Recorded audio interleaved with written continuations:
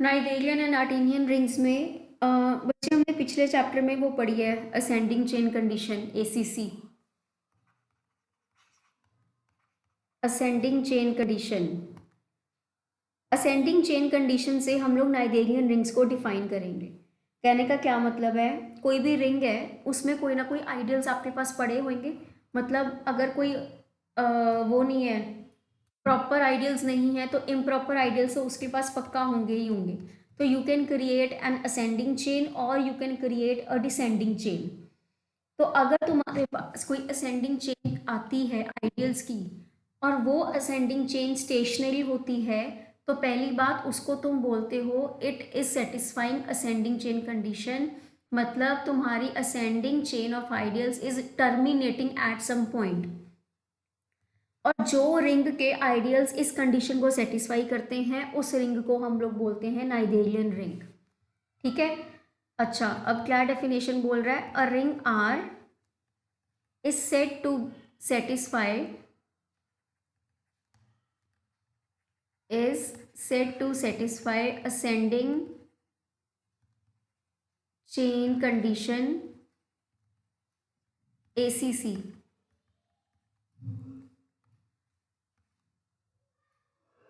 on right or left ideals, on right or left ideals if for every ascending chain of right or left ideals of R, I1 contained in I2 contained in IM and so on, there exists some positive integer m such that ik is equal to im for all k greater than equal to m। मतलब तुम्हारे पास ये chain कहीं ना कहीं stationery जरूर होगी। You will get a positive integer m जो आपके k के बाद सारे एलिमेंट्स किसके बराबर देगा, आई के बराबर। ठीक है। तो this is basically saying that your chain becomes stationary, chain becomes stationary after a finite number of steps।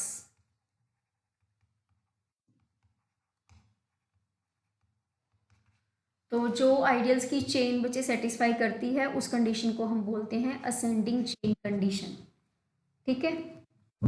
अब बच्चे अगर कोई आइडियल्स की चेन राइट आइडियल्स की चेन है तो उसको बोलेंगे, उस रिंग को बोलेंगे राइट नाइजेरियन रिंग। अगर तुम लेफ्ट आइडियल्स की असेंडिंग चेन बनाते हो और वो एसीसी सेटिस्फाई करती है उसको हम बोलेंगे लेफ्ट नाइजेरियन रिंग। अगर तुम्हारे आइडियल्स राइट आइडियल्स हैं और वो असेंडिंग चेन कंडीशन को सेटिस्फाई कर रहे हैं तो उसके कॉरस्पॉन्डिंग जो रिंग बनेगी वो बनेगी राइट नाइजेरियन रिंग। और अगर तुम्हारे आइडियल्स बच्चे लेफ्ट आइडियल्स हैं और वो तुम्हारी असेंडिंग चेन कंडीशन को सेटिस्फाई कर रहे हैं तो उस रिंग को तुम बोलोगे लेफ्ट नाइजेरियन रिंग। और अगर आइडियल लेफ्ट भी है और राइट भी है, मतलब अगर तुम्हारी राइट और लेफ्ट आइडियल्स की दोनों कंडीशन सेटिस्फाई हो रही हैं तो ring is said to be Noetherian ring.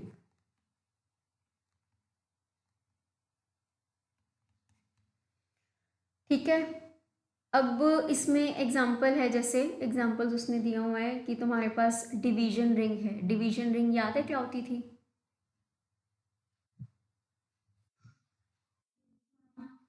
Division ring क्या बोलते थे? रिंग और यूनिटी और जिसमें एक ऐसी रिंग विद यूनिटी जिसमें every non zero element is a unit element. और हमेशा सिंपल रिंग होती थी। जो डिवीजन रिंग होती है that is a simple ring. What simple ring? Simple ring का क्या मतलब होता था?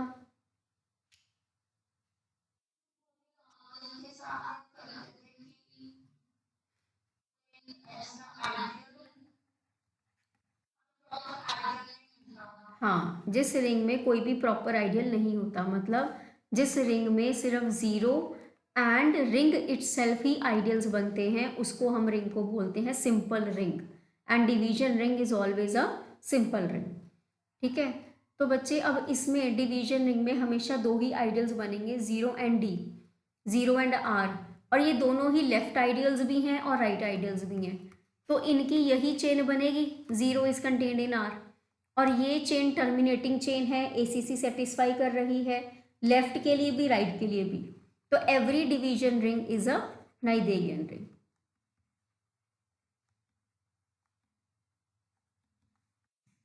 ठीक है।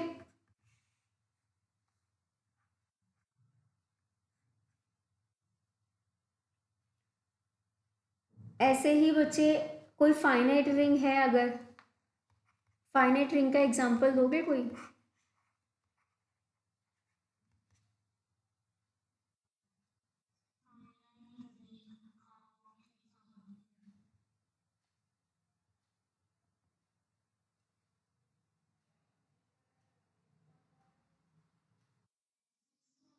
जेड एन टाइप की रिंग्स ले लो चाहे, है ना।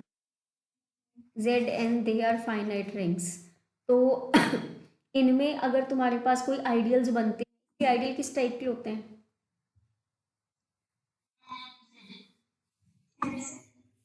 क्योंकि ये मतलब वो होता है ना, Z N is equivalent to Z question N Z.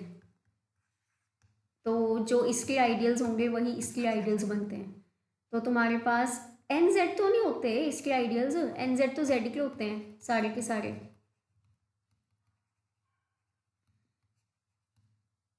Z N के किस टाइप के होंगे, कंपेयर करके बताओ।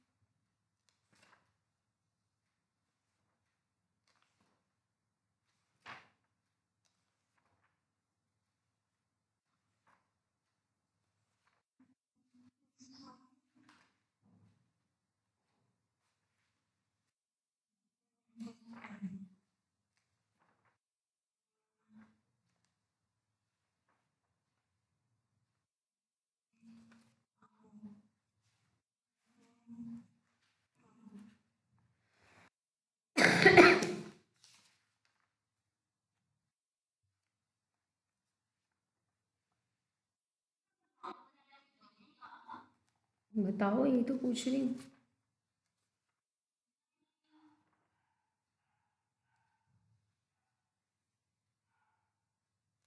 क्यों?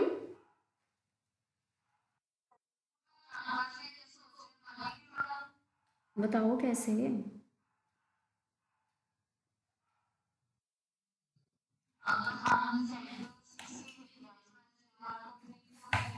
हम्म।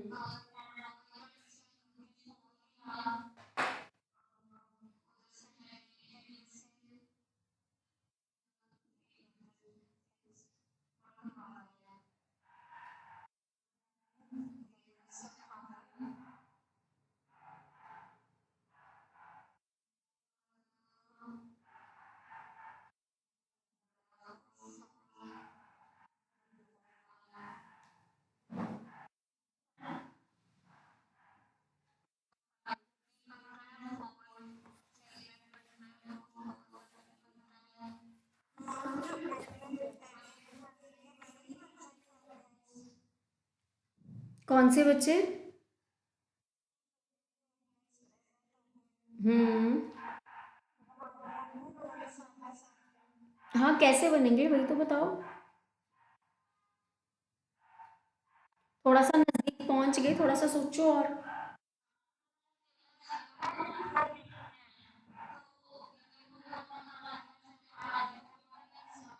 कैसे?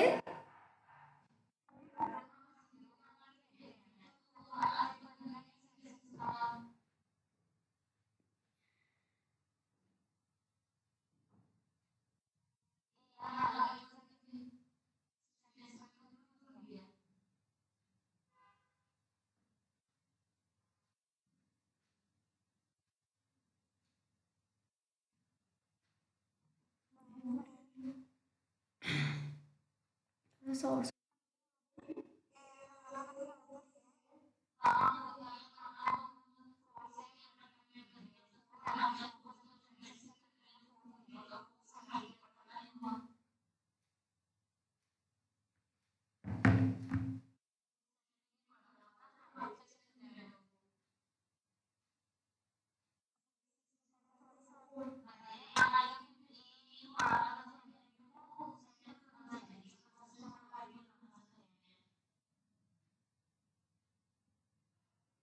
यार, तुम प्राइम आइडल और मैक्सिमल आइडल के हिसाब से क्यों नहीं सोच रहे?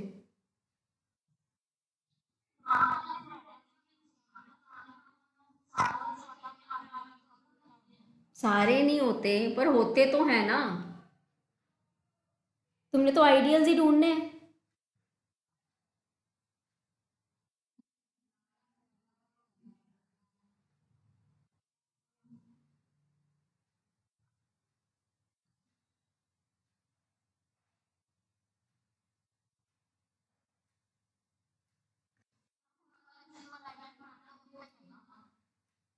हम्म। बच्चे, उसके एन के डिवाइजर्स जो होंगे, जो भी एन तुम ले रहे हो, जो भी डिवाइजर्स होंगे, वो तुम्हारी आइडल्स बनेंगे कि नहीं बनेंगे?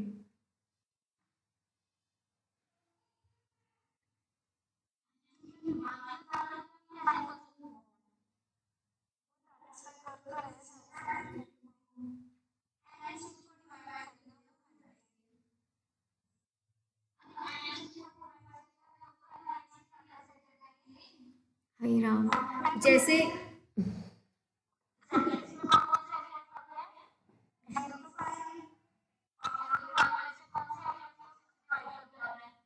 6 के डिवाइजर्स बेटे, 6 के डिवाइजर्स, एन के डिवाइजर्स।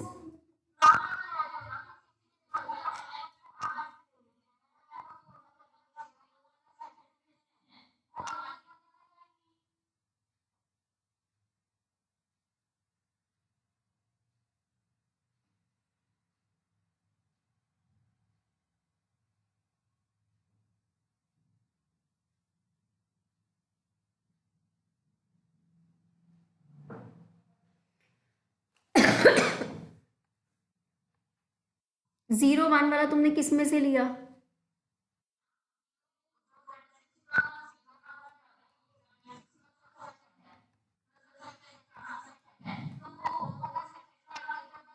हाँ, तो मैं वही तो बोल रही हूँ ना कि सारे सारे सबसेट थोड़ी आइडल्स बन जाएंगे, जो उसके डिवाइजर्स हैं उसके हिसाब से तुम बनाओ।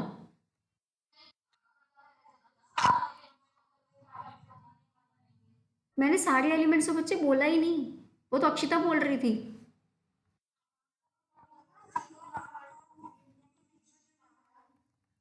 वो तो बच्चे प्रिंसिपल आइडल्स हो गए ना।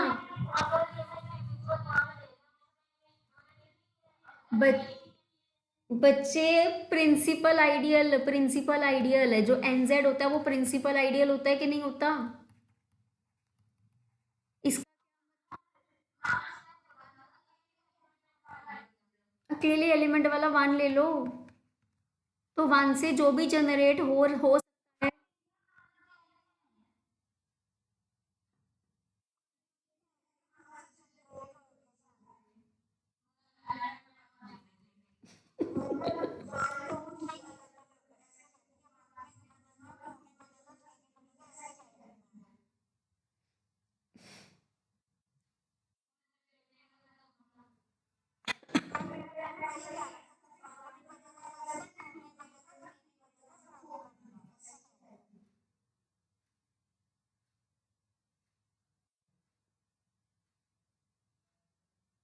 हो गया।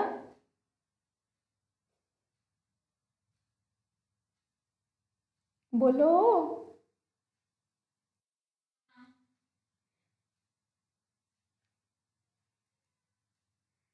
देखो बच्चे, Z10 है जैसे सपोज करो।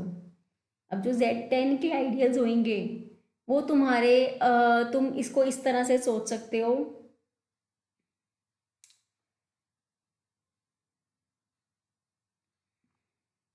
इसका मल्टीपल जीरो हो गया, टू हो गया डिवाइजर, जीरो हो गया, टू हो गया, फाइव हो गया, और तुम्हारा 10 हो गया। 10 तो एक तरह से ज़ीरो के इक्विवेलेंट ही हो गया। तो जैसे तुम अपने 2 से जनरेट करा रहे हो तो वो आ जाएंगे 0, 2, 4, 6 और 8। एक आइडियल तो ये बन गया। अगर तुम 5 से जनरेट करा रहे हो तो 0 और 5 एक आइडियल बन गया। और जो 10 मतलब 0 से जनरेट करा रहे हो वो 0 आइडियल बन गया। तो ये इसके आइडियल्स बन गए।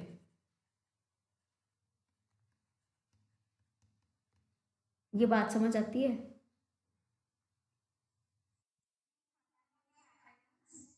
1 वाला कौन सा बच्चे?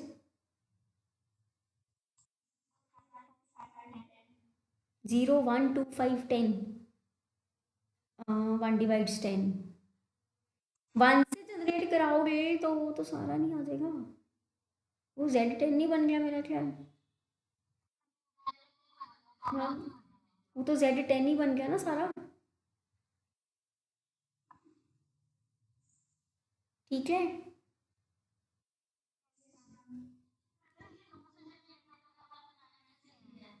2 के मल्टीपल बच्चे वही 2Z टाइप का ही। जैसे ना, देखो, अब तुम लोगों ने स्टार्टिंग में बोला था कि NZ ही उस, हाँ, तुम लोगों ने बोला था ना स्टार्टिंग में कि NZ ही उसके आइडियल्स बनेंगे। बोला था कि नहीं बोला था?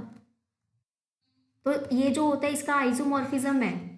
तो इस आइसोमॉर्फिज्म के कारण NZ टाइप के ही उसके आइडियल्स बनेंगे। पर यहाँ पर ये जो N तुमने चूज करना है वो किस तरह से चूज करना है कि वो तुम्हारा डिवाइजर बनता हो साथ में। तो जैसे 10 का है, 10 के लिए मैंने डिवाइजर्स चूज कर लिए। मेरे डिवाइजर्स आ गए 0, 2, 5 और 1 ले लो साथ में। तो ये वाले एलिमेंट जो जनरेट करेंगे वो इसके बनेंगे आइडियल्स। समझे?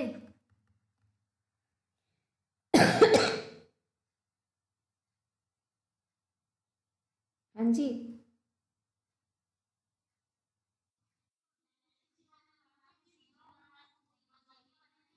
0, 1, 2, 3, हाँ जी।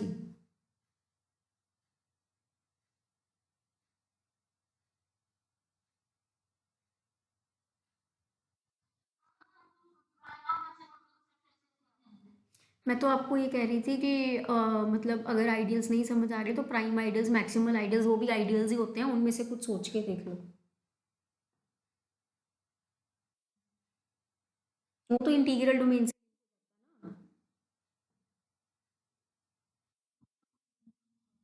हम्म।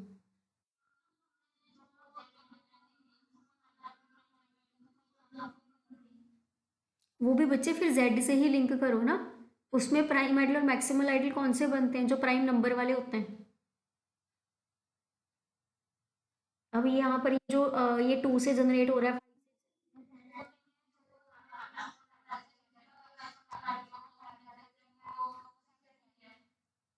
PZ है। PZ।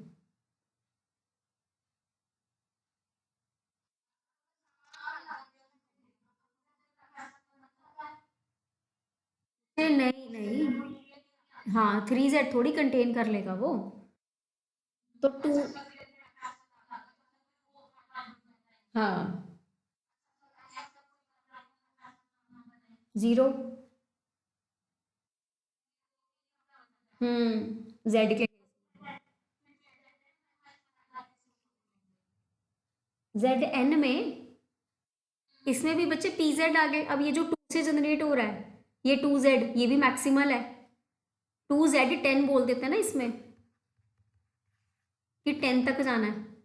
ऐसे ही 5Z10 हो गया, ये अपने आप में मैक्सिमल हो गया। इसके भी PZN टाइप में मैक्सिमल हो गए ना। हम्म। वो 0 वाला निकलेगा। जी। प्रॉपर्टीज तो सारी वही हैं, बस उसमें वो आ जाता है ना, एक इसका कॉम्पोजिशन का फर्क आ जाता है। ठीक है। लगी समझ लगी? हाँ, 2 मिनट ले लो।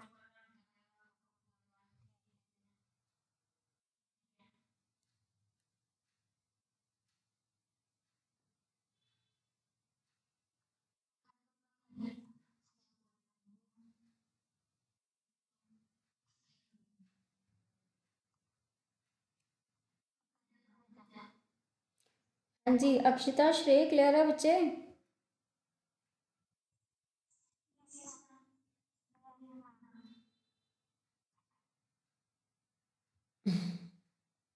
चलो।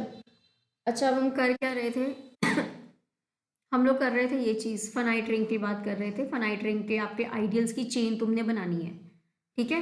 तो आपके पास वो असेंडिंग, अब अगर रिंग फाइनाइट है तो उसके नंबर ऑफ आइडियल्स भी फाइनाइट ही आएंगे, ठीक है ना? तो अगर उसके नंबर ऑफ आइडियल्स फाइनाइट आते हैं तो you can arrange them in an ascending chain, तो वो रिंग आपके पास हमेशा नाइदेरियन रिंग बनेगी।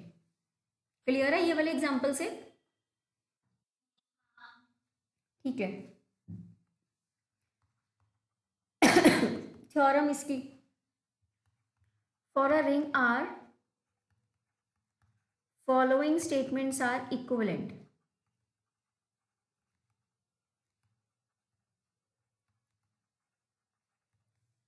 पहला part, R is a right Noetherian ring. ये बच्चे आपका एक तरह से कह लो नाइदेरियन रिंग की सेकंड डेफिनेशन हो जाएगी। R is a right Noetherian ring, every non-empty set of right ideals, every non-empty set of right ideals of R has a maximal element. And C part, every right ideal of R is finitely generated.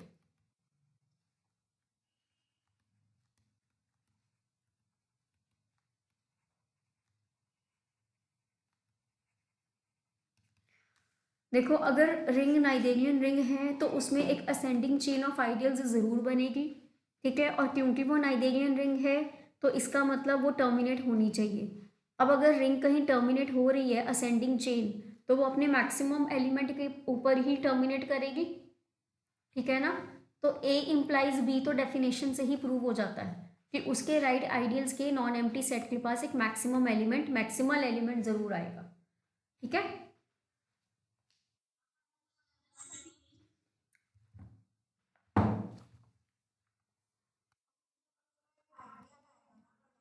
वो ideal को maximal element, बच्चे आप ये चीज़ों में ना confuse मत हुआ करो। उसने क्या बोला है? नॉन एम्प्टी सेट, सेट के अंदर क्या पड़े हैं? आइडियल्स। तो वो आइडियल्स इस सेट के लिए एलिमेंट ही होंगे ना, ठीक है? वैसे मैक्सिमल एलिमेंट की वही डेफिनेशन है बच्चे। अगर मैं आपको प्रॉपरली लिखवाऊं तो जैसे बोलते हैं हम, let R be a ring and capital F be a non empty set of right or left ideals of R.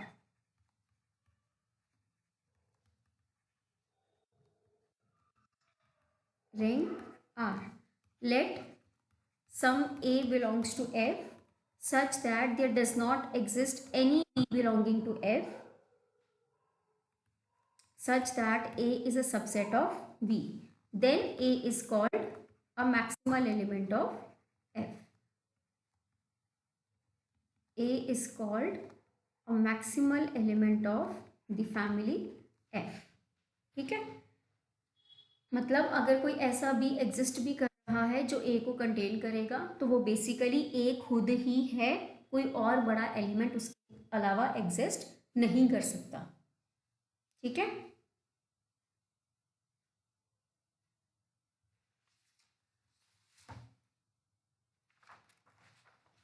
आपको याद है हमने पीआईडीज के लिए असेंडिंग चेन कंडीशन वो की थी, डिफाइन, है ना? तो अगर पीआईडी में, किसी भी पीआईडी में असेंडिंग चेन कंडीशन सेटिस्फाई होती है तो इसका मतलब every PID is a Noetherian ring, right? और जेड भी पीआईडी होता है तो उसका मतलब जेड भी क्या हो गया? नाइ- ठीक है?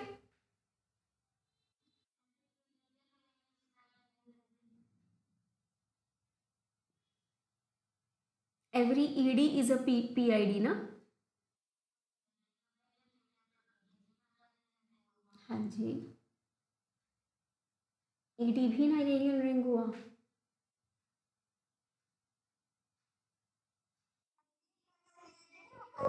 हाँ, ईडी इम्प्लाइज पीआईडी होता है, अमन। PID इज ED नहीं होता ना।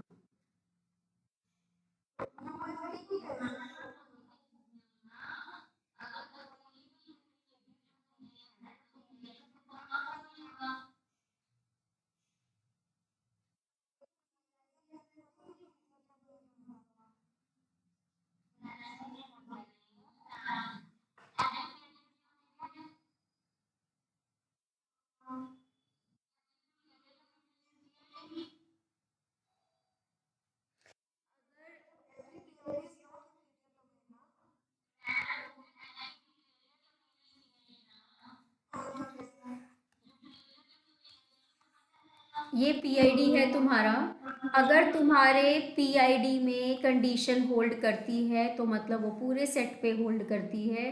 तो जो कंडीशन यहाँ होल्ड कर रही है वो यहाँ पे होल्ड करेगी।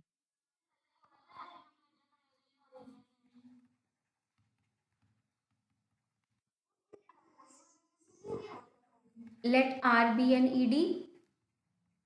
This implies R is a PID. And in PID, ACC holds. Implies R is a Niderian ring. हाँ ठीक है।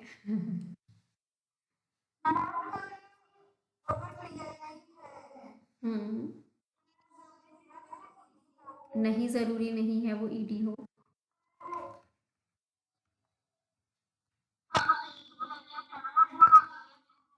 हम PID से ED तक नहीं जा रहे अक्षिता।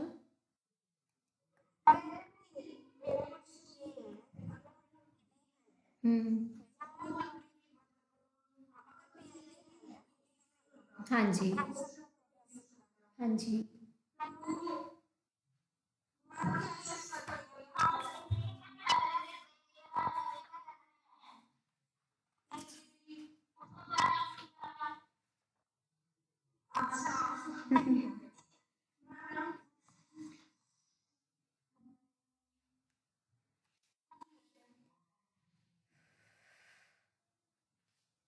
जेड आयोटा एक ED है। जेड आयोटा PID होगा। इसका मतलब इसमें ACC होल्ड करती होगी। ठीक है।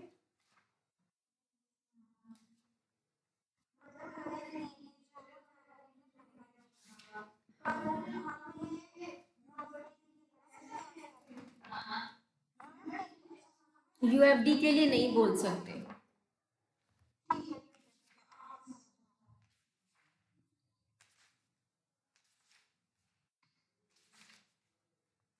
करें।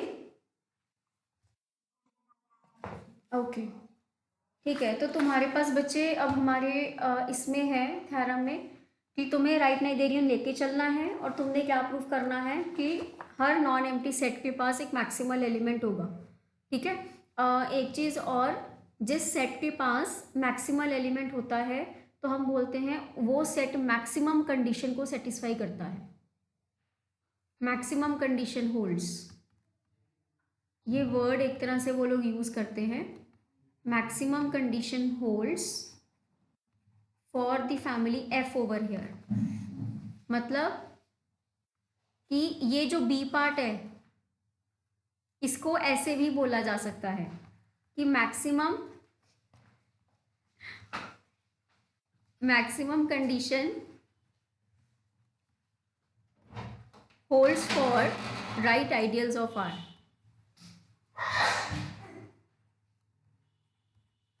ठीक है। इसका रीनेम ऐसे भी दे सकते हैं वो। तो इसका प्रूफ 1 implies 2 गिवन हम लोग लेके चलेंगे। R is right Noetherian. आपको एक फैमिली चूज करनी है या एक नॉन एम्प्टी कलेक्शन चूज करनी है जिसमें राइट आइडियल्स पड़े हैं। तो लेट अस से let F be a family of right ideals of R. F be a family of right ideals of R. हमें प्रूव करना है इस फैमिली के पास, ये कैपिटल एफ है बच्चे, ठीक है, वो जो कर्सिव में हम लोग लिखते होते हैं, फैमिली को हम नॉर्मली इसी तरह से डिनोट करते हैं। आपको प्रूव करना है इस एफ के पास एक मैक्सिमल एलिमेंट होगा। Let us suppose if possible F has no maximal element, F has no maximal element. इसका मतलब अगर कोई इसमें आइडियल पड़ा है तो उससे बड़ा आइडियल पक्का पड़ा होगा, ठीक है। तो let I1 be a right ideal of R, let I1 be a right ideal of R, ठीक है, sorry, right ideal of R in the family F. तो this implies I1 is not a maximal element, I1 is a not a maximal element of F। अगर वो maximal element नहीं है इसका मतलब there exist some right ideal I2 of R in the family F such that I1 is contained in I2, ठीक है। अब I2 भी F फैमिली का है तो I2 भी मैक्सिमल नहीं होगा, इसका मतलब कोई ना कोई I3 एग्जिस्ट करेगा जो I2 को कंटेन करेगा, ठीक है। Again I2 is not a maximal element, I2 is not a maximal element of F, implies there exists an ideal I3 of R in the family F such that I2 is contained in I3. Since F has no maximal element, therefore this process continues indefinitely. This process continues indefinitely, ठीक है जी। That is we get an ascending chain of right ideals of R such that I1 is contained in I2, I2 is contained in I3 and so on, which is non-terminating। तो अगर बच्चे आपके Noetherian ring में which is non terminating but R is right Noetherian, तो अगर कोई ring right नाइदेरियन दी हुई है तो और उसमें कोई असेंडिंग चेन ऑफ आइडियल्स आ रही है तो वो असेंडिंग चेन टर्मिनेटिंग होनी चाहिए। So we arrive at a contradiction, therefore our supposition is wrong. Clear है ये वाला पार्ट? ठीक है, तो अब हमारे पास नेक्स्ट पार्ट है 2 implies 3। इसमें ना ये थ्योरम में 1 implies 3 वाला पार्ट सीधा सीधा आता है कि R is right cnidarian if and only if every right ideal is finitely generated. तो उसमें तुमने ये दोनों तीनों चीजें करनी होती हैं प्रूफ, ठीक है। अब सेकंड implies 3 में क्या है कि तुम्हारी राइट आइडियल्स की फैमिली के पास एक मैक्सिमल एलिमेंट पड़ा है और तुम्हें प्रूव करना है जो राइट आइडियल होगा वो फाइनाइटली जनरेटेड होगा। हमने एक राइट आइडियल लिया, let I be a right ideal of R. आपको प्रूव करना है कि ये आइडियल फाइनाइटली जनरेटेड है। अब फाइनाइटली जनरेटेड आइडियल का क्या मतलब होता है?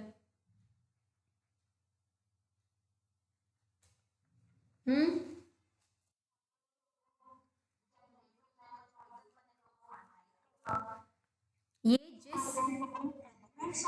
जिस सेट से जनरेट हो रहा है वो सेट फाइनाइट होगा। जनरेट करना कर बच्चे वो तो फाइनाइट आइडियल की बात होगी ना, वो तो सीधा सीधा ये हो गया कि जो सेट है तुम्हारे पास वो फाइनाइट सेट है, फाइनाइट आइडियल। अगर वो फाइनाइटली जनरेटेड की बात कर रहा है तो जनरेटेड वर्ड का भी तो कुछ ना कुछ मतलब होना चाहिए ना कोई सिग्निफिकेंस होना चाहिए। तो अगर आई किसी सेट से जनरेट हो रहा है तो वो सेट भी फाइनाइट होना चाहिए। जनरेटेड वर्ड का इसमें सिग्निफिकेंस है बेसिकली, ठीक है। अब तुमने इसमें सेकंड पार्ट को यूज करना है। सेकंड पार्ट में क्या है कि तुम्हारे पास एक non empty set of right ideals की फैमिली होनी चाहिए बेसिकली। तो मैंने क्या किया, मैंने एक फैमिली ड्रॉ कर ली। Let F is equal to the family of the ideals which is contained in I such that J is finitely generated right ideal of R. मैंने क्या किया है, मैंने एक फैमिली ले ली, मैंने बेसिकली वैसे तो राइट आइडियल्स की फैमिली लेनी थी, तो मैंने राइट आइडियल्स की फैमिली ले ली, पर वो राइट आइडियल्स में मैंने फाइनाइटली जनरेटेड वर्ड ऐड किया है।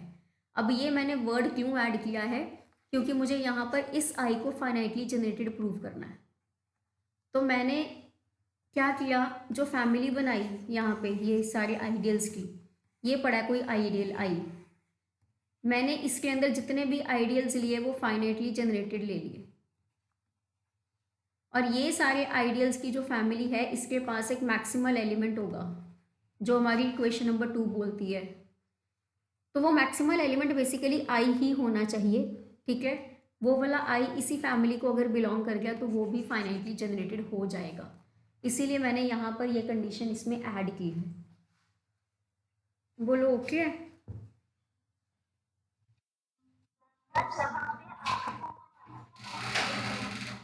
हम प्रूफ कर देंगे, बेसिकली हम ये कह रहे हैं कि आइडियल आई पड़ा है, ठीक है, राइट आइडियल, उसके अंदर भी कुछ आइडियल्स पड़े हैं, हो सकता है एक आधा आइडियल ही हो, ठीक है, हो सकता है एक सिर्फ जीरो आइडियल ही हो जो उसके अंदर पड़ा हो, पर वो जनरेटेड होना चाहिए, ठीक है।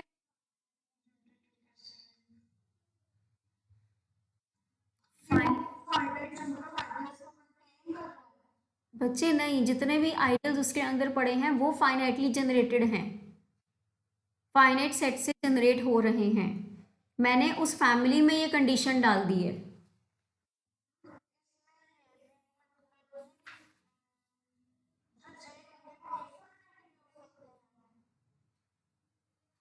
बच्चे वो तुम्हारी रिंग के ऊपर डिपेंड करता है। अब एनजेड है, एनजेड में तुम्हारे आइडियल्स तुम जितने मर्जी निकाले जाओ, एन के ऊपर डिपेंड करता है ना। बच्चे वो किसको फाइनाइट बोलोगे?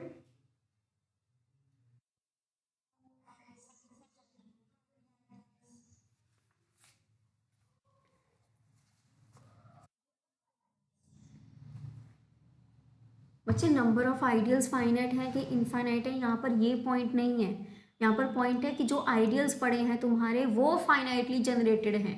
जैसे अब एन जेड है, ये जो एन जेड आइडियल है ये किससे जनरेट हो रहा है? एन से। तो जो सेट इसको जनरेट कर रहा है अगर वो फाइनाइट सेट है तो आपका आइडियल भी क्या होगा? फाइनाइटली जनरेटेड होगा। ये पॉइंट है यहाँ पर।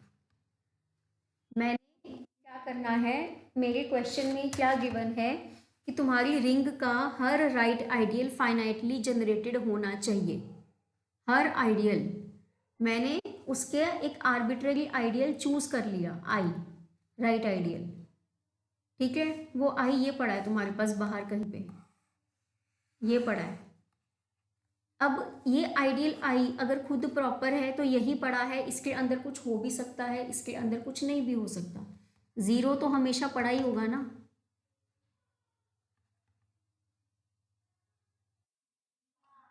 हाँ, इसका आंसर अब आप मुझे दो।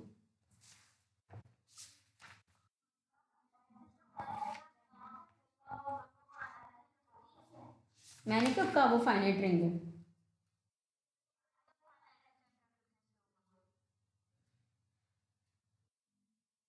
वो सिंगल एलिमेंट से जनरेट नहीं हो रहा सेट आइडियल। मैं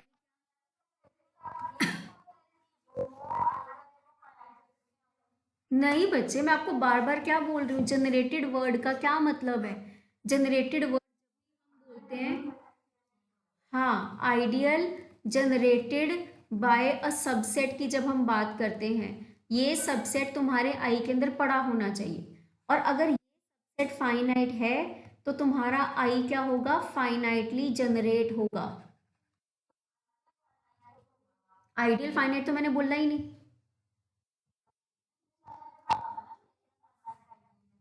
कहाँ लिखा है?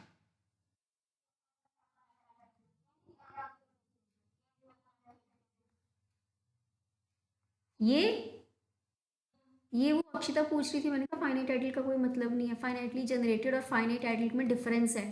फाइनाइट आइडियल का मतलब हो गया कि उसके नंबर ऑफ एलिमेंट्स की बात कर रहे हो। इन दो वर्ड्स में फर्क है। ठीक है। हम्म।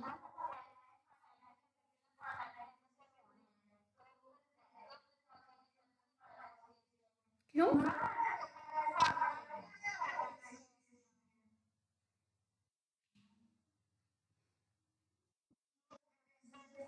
बच्चे ये 2Z आइडियल है। ये 2 से जनरेट हो रहा है, एलिमेंट 2 से। तो this is a finitely generated ideal.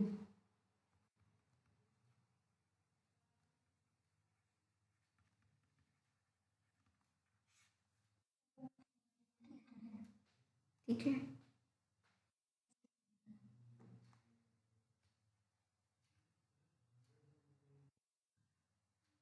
बोलो बोलो। ओके हो गया।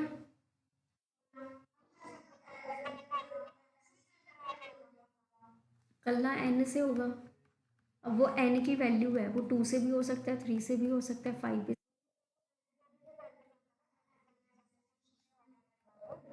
हाँ हाँ। हाँ जी। ठीक है। ओके। क्या टाइम क्या हो गया? 8-10 हो गए। ओके। चलो फटाफट से देखो बच्चे इसमें क्या है। यहाँ पे मैं आपको ये समझा रही थी कि जो तुमने राइट आइडियल लिया है उसको तुमने फाइनाइटली जनरेटेड प्रूव करना है। ठीक है। फाइनाइटली जनरेटेड प्रूव करने के लिए मैंने क्या किया, ये आइडियल आई लिया। अब इसके अंदर अगर कोई आइडियल नहीं पड़ा तो ज़ीरो तो पड़ा ही होगा ना। तो मैंने ऐसे लेट कर लिया कि इसके अंदर बहुत सारी आइडियल्स पड़े भी हैं। वो नंबर ऑफ आइडियल्स की मैंने कोई गिनती नहीं की। बस मैंने ये बोला है कि एक फैमिली ऐसी है जिसमें आइडियल्स पड़े हैं, वो आइडियल्स आई के सबसेट हैं और वो खुद क्या है, फाइनाइटली जनरेटेड। ठीक है। अब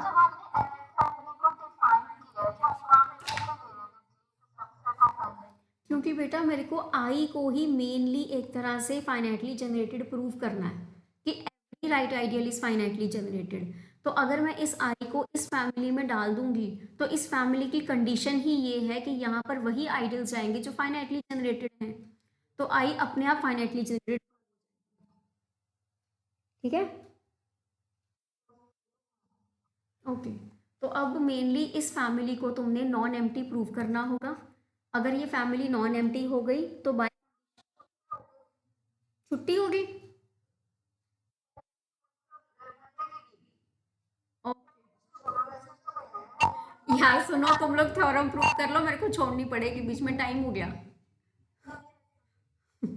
बाद में डिस्कस कर लेना। अच्छा।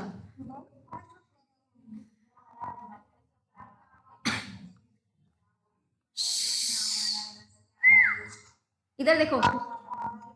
ओए, इधर देखो। J be subset of I where J is finitely generated right ideal of are.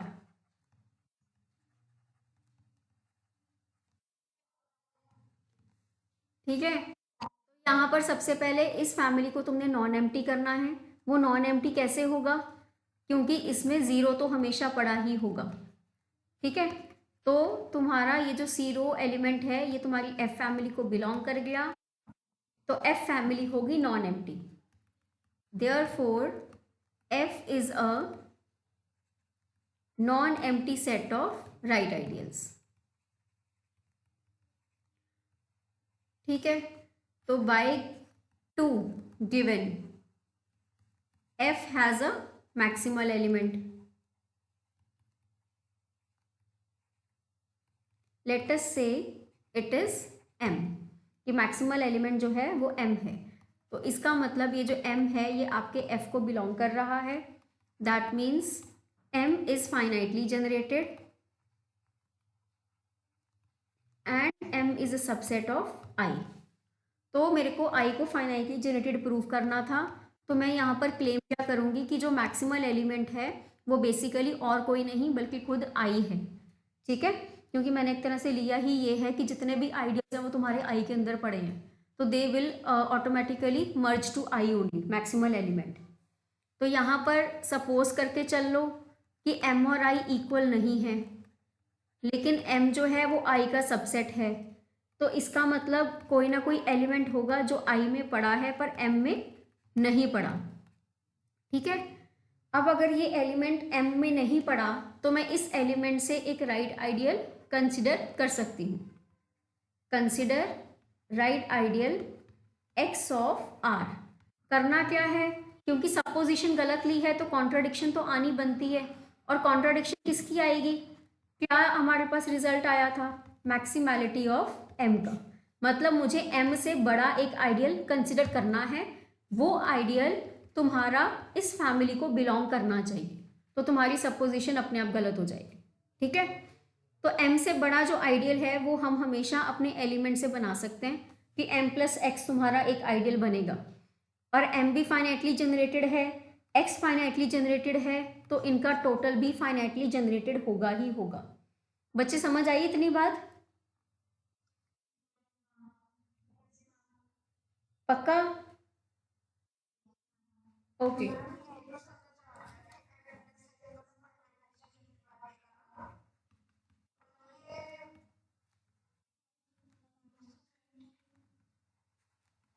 मैक्सिमैलिटी तभी कॉन्ट्रडिक्ट करेगी अगर ये आइडियल तुम्हारी फैमिली f को बिलोंग कर जाएगा।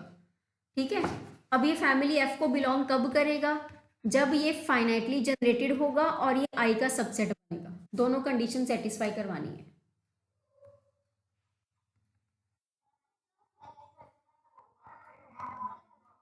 हम्म, हाँ हाँ हाँ। सिंस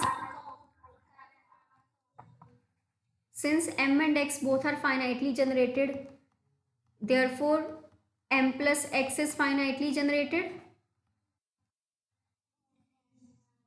ठीक है, m plus x finitely generated right ideal of r बन गया, एक कंडीशन।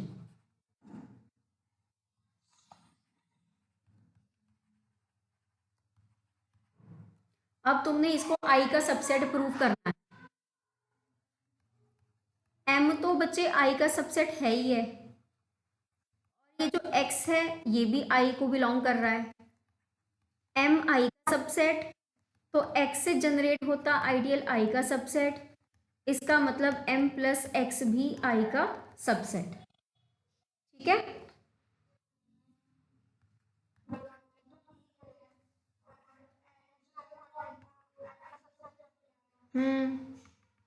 देयर, अरे यार बच्चे x एलिमेंट जो डिफ m plus x is finitely generated right ideal of r को बच्चे, सच दैट, ये लिखा बच्चे, ये रहा,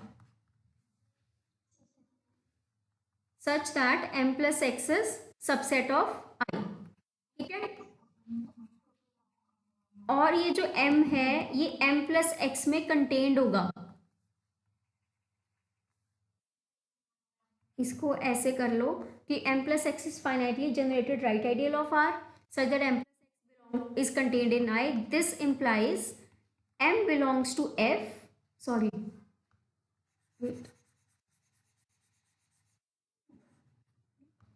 this implies m plus x belongs to f and m is properly contained in m plus x। properly contained क्यों, क्योंकि x तुम्हारा m को बिलोंग नहीं करता।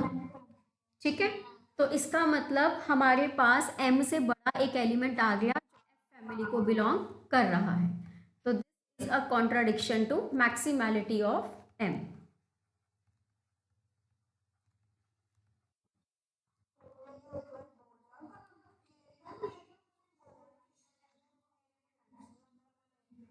सॉरी, ये रहा। ठीक है, तो therefore I is equal to M, which implies I is finitely generated right ideal of R.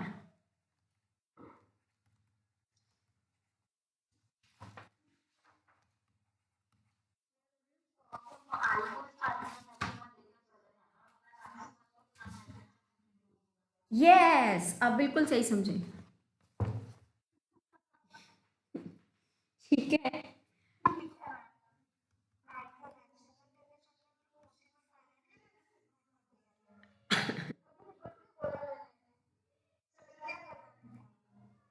चलो, थ्री इम्प्लाइज वन रह गया बच्चे. थ्री इम्प्लाइज वन में है कि तुम्हारा हर राइट आइडियल फाइनाइटली जनरेटेड होगा. ठीक है. और तुमने अपनी रिंग को राइट नाइथेरियन प्रूव करना है. अब अगर तुमने अपनी रिंग को राइट नाइथेरियन प्रूव करना है तो उसमें ascending chain of right ideals तुम्हें लेके चलनी पड़ेगी. ध्यान से सुनो, उसको थोड़ा सा ना पढ़ लेना. तुम अगर ascending chain of right ideals लेकर चल रहे हो और वो वाली चेन को तुमने टर्मिनेटेड शो कर दिया तो तुम्हारी रिंग राइट नाइथेरियन बन जाएगी. ठीक है. एंड वी नो, अगर कोई चेन तुम्हारी असेंडिंग चेन है और उसको तुमने टर्मिनेट कराना है तो वो टर्मिनेट करेगी उसके यूनियन पे. राइट. तो सबसे पहले इनको बच्चे आइडियल प्रूव कर देना. ठीक है. उसके बाद तुमने बेसिकली यहाँ पर, अब ये भी एक आइडियल है, यूनियन ऑफ आई एन, और ये ideal bye given finitely generated होगा. ठीक है. तो तुमने लास्ट में बच्चे टर्मिनेटिंग वाली कंडीशन को प्रूव करना है. ये जैसे हमने एसीसी कंडीशन प्रूव की थी ना,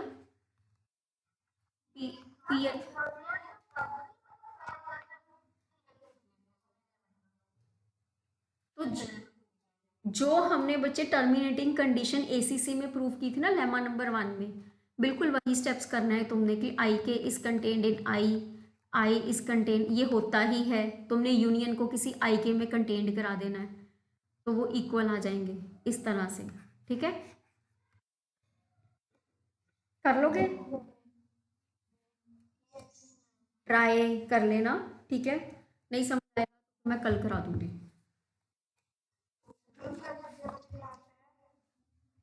नॉर्मल टाइम पे ही ले लेना 2 बजे.